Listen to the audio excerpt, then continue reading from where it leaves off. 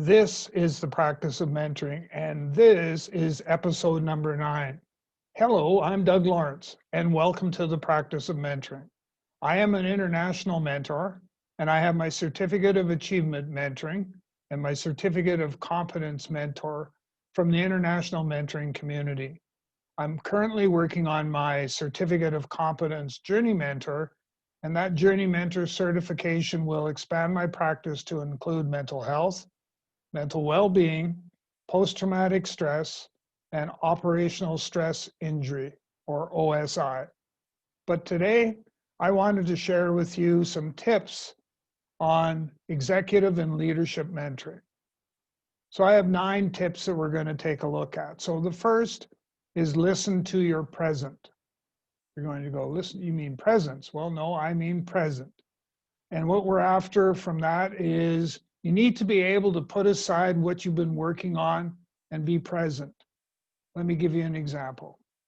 Let's just say that just before you're walking into a mentoring arrangement to spend some time with the person you're mentoring, let's just say that you just finished a rather tense, high-stress telephone call.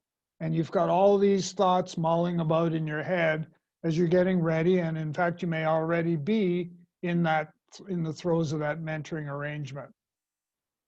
You need to be able to park all of that and focus. You need to be present with the person that you're going to be mentoring. You need to be able to focus on them. They are your priority. And so you need to be able to focus on them. Number 2, listen to expectations. And it's not your expectations. You need to listen to what it is that your mentee expects from the mentoring relationship. Because just maybe you may not be the right mentor to be able to deliver on what their expectations are. And it's also about being available, so that you understand and can work within what your mentee's needs actually are. So listen for those expectations and make sure that it's not yours you're listening for, but it's the mentee that you're listening for. Number 3, listen to your experience. You have a wealth of wisdom, and that's the value that you're going to offer in this particular mentoring arrangement. It's that wisdom, the lived experience that you've had. Your trick, mind you, is going to be how do I share that without coming across as someone who is telling the mentee what it is they need to do. I've done it this way for 25 years, therefore you should just do it the same way. Well, not maybe. Maybe not. Maybe there is a better, different approach to be able to take, and it quite possibly could be that your mentee already has that figured out. They just need some guidance and reassurance in order to be able to move forward with that. Number 4, listen to your authenticity. Remember who you are. Be genuine and willing to share and willing to learn. Listen to your authenticity. Those are very powerful and very important. That's an important message no matter how you slice and dice it. But listen to your authenticity and remember who you are. You have a lot to offer, and don't be afraid to offer it. But practice, practice, practice on how you're going to deliver that so that it is truly an authentic message that you have to deliver. Listen with intention. And so when we talk about intention, we need you to bring full awareness to the conversation. Full awareness demonstrating your genuine interest, caring, and full attention to the mentoring conversation. So listen with intention. Listen beyond preconceived notions. And right away, as soon as I said that, I know some of you went, aha, that has got to do with preconceived or with bias, and you're absolutely right. We need to be open to possibilities that are going to come from our interaction with that mentee. So you need to be open to those. You cannot have any preconceived notions or bias going into the conversation. And I guess that's probably a strong statement to say you cannot. Let's just say we need to be able to manage those. We need to be able to park them at the door, and we need to be able to come into the mentoring arrangement with an open and clear mind. And that way there we can work beyond those preconceived notions and continue to make sure that we're going to bring value to the mentoring arrangement. We need to be able to listen holistically, and not only just words, but we also need to be listening and hearing when someone's body language is sending a message, or when someone's mood is not quite where it normally is. Communication is probably, it goes beyond just words. And so we need to be cognizant of all of the elements of effective communication. Now, most of you know that one of the segments that we talk about at the International Mentoring Community and that I speak about quite often is the aspect of effective communication. And I've done a couple workshops just recently where we've stressed how important effective communication is. So if you've got any questions, my contact information is available at the end of the video, and I'll explain all that when we get to that. Listen to diversity. Be open to the uniqueness of your mentee.